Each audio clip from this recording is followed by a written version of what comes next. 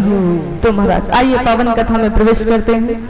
कल सभी भक्तों ने ज्ञान वैराग्य भक्ति की कथा श्रवण की। आगे की कथा आती है बड़ी ही सुंदर कथा। सूत जी महाराज सनकादिक ऋषियों को कथा श्रवण करा रहे हैं। सूत जी महाराज कहते हैं सनकादिक ऋषियों से, क्या एक आत्मदेव नाम के सज्जन सीधे गुणवान ब्राह्मण हैं, जिनका नाम है आत्मदेव। आत्मदेव जी महाराज हैं, तुंगभद्रा नदी के किनारे उनका गांव है। तुंगभद्रा नदी के किनारे उनका गांव है, जहां पर आत्मदेव जी महाराज रहते हैं। आत्मदेव जी महाराज बड़े ही सज्जन सीधे गुणवान ब्राह्मण हैं। उनकी पत्नी है, उनकी पत्नी का नाम है धुंधली। पंडित जी महाराज जितना ही कर्मकांडी धुंधली उतनी ही कर्कशा नारी महाराज। हाँ, पंडित जी खूब दान पुण्य करते, भगवान का भजन करते, लेकिन उनकी पत्नी धुंधली जो है बड़ी ही कर्कशा नारी महाराज। एक बात और है, नारी चाहे घर को बना सकती है, नारी चाहे घर को बिगाड़ सकती है, नारी चाहे घर को स्वर्ग बना सकती है, नारी चाहे घर को नरक बना सकती है। हाँ,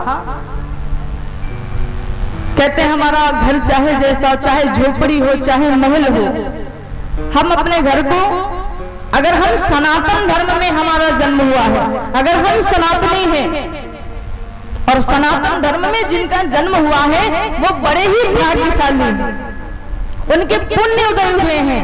कहते जिनके जन्मों जन्मांतर के पूर्ण उदय होते हैं, एक नहीं दो नहीं, जन्मों जन्मांतर के, जन्मों जन्मांतर के जिनके पूर्ण उदय होते हैं, उन्हीं को मनुष्य का रूप धारण करने को प्राप्त होता है। एक नहीं दो नहीं, पूरी 84 लाख योनियों में भटकने के बाद, एक दो योनियां नहीं महाराज, 84 लाख योनियां हैं। 84 लाख योनियों में भटकने के बाद तब जाके मनुष्य का शरीर मिलता है। जन्मों जन्मांतर के पूर्ण उदय होते हैं, तब जाके मनुष्य का ये शरीर आपको प्राप्त होता है। और जब मनुष्य का शरीर प्राप्त हो जाए और मनुष्य के शरीर में हमें भगवान की कथा सुनने को प्राप्त हो जाए महाराज, तब तो हमारा पूरा शरीर नारायण में हो जाता है। हाँ, हमने कल कहा ना, एक बार राम कहने से ना जाने कितने पाप छीड़ हो जाते हैं महाराज, एक बार राम कहने से।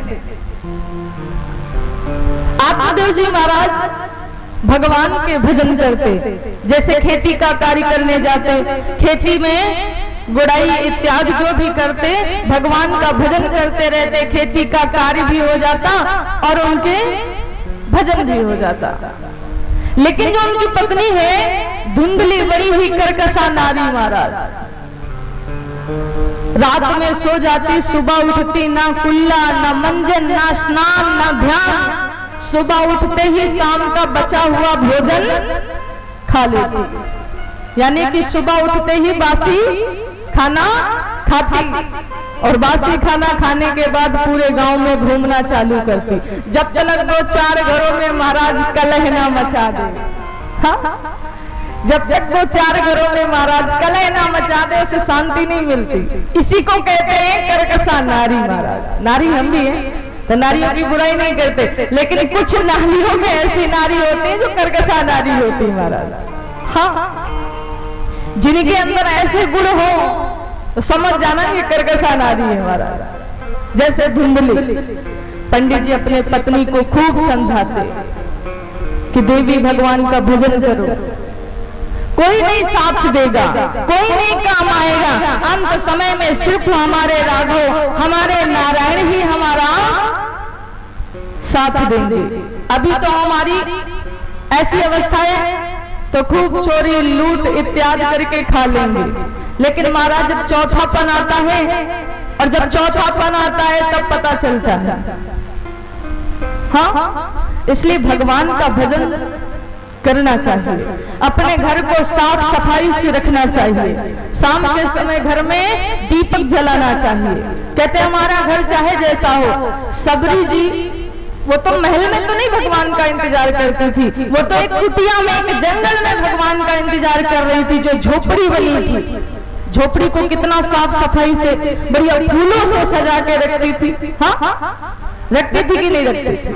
अपने घर को वैसे ही साफ सफाई से रखना चाहिए। उस घर में भगवान जरूर प्रवेश करते हैं।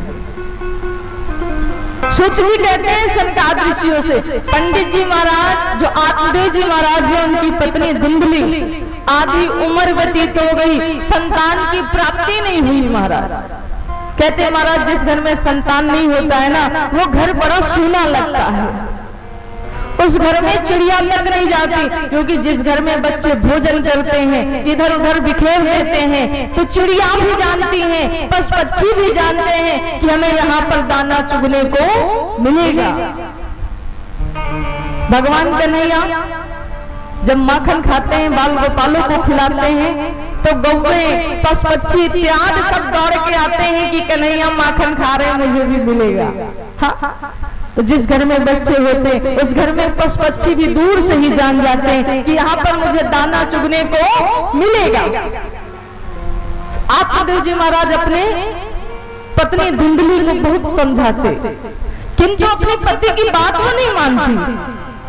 आधी उम्र व्यतीत हो गई, संतान की प्राप्ति नहीं हुई। आत्मदेव जी महाराज बड़े परेशान, द्वार पे पुष्प के यानी कि फूल के पौधे लगाए तो उसमें से फूल नहीं आए, फल के पौधे लगाए, पेड़ लगाए, उसमें से फल नहीं आए। महाराज द्वार पर एक गाय पाली, गाय ने भी ना बछड़ा ना बछड़ी किसी का जन्म नहीं दिया।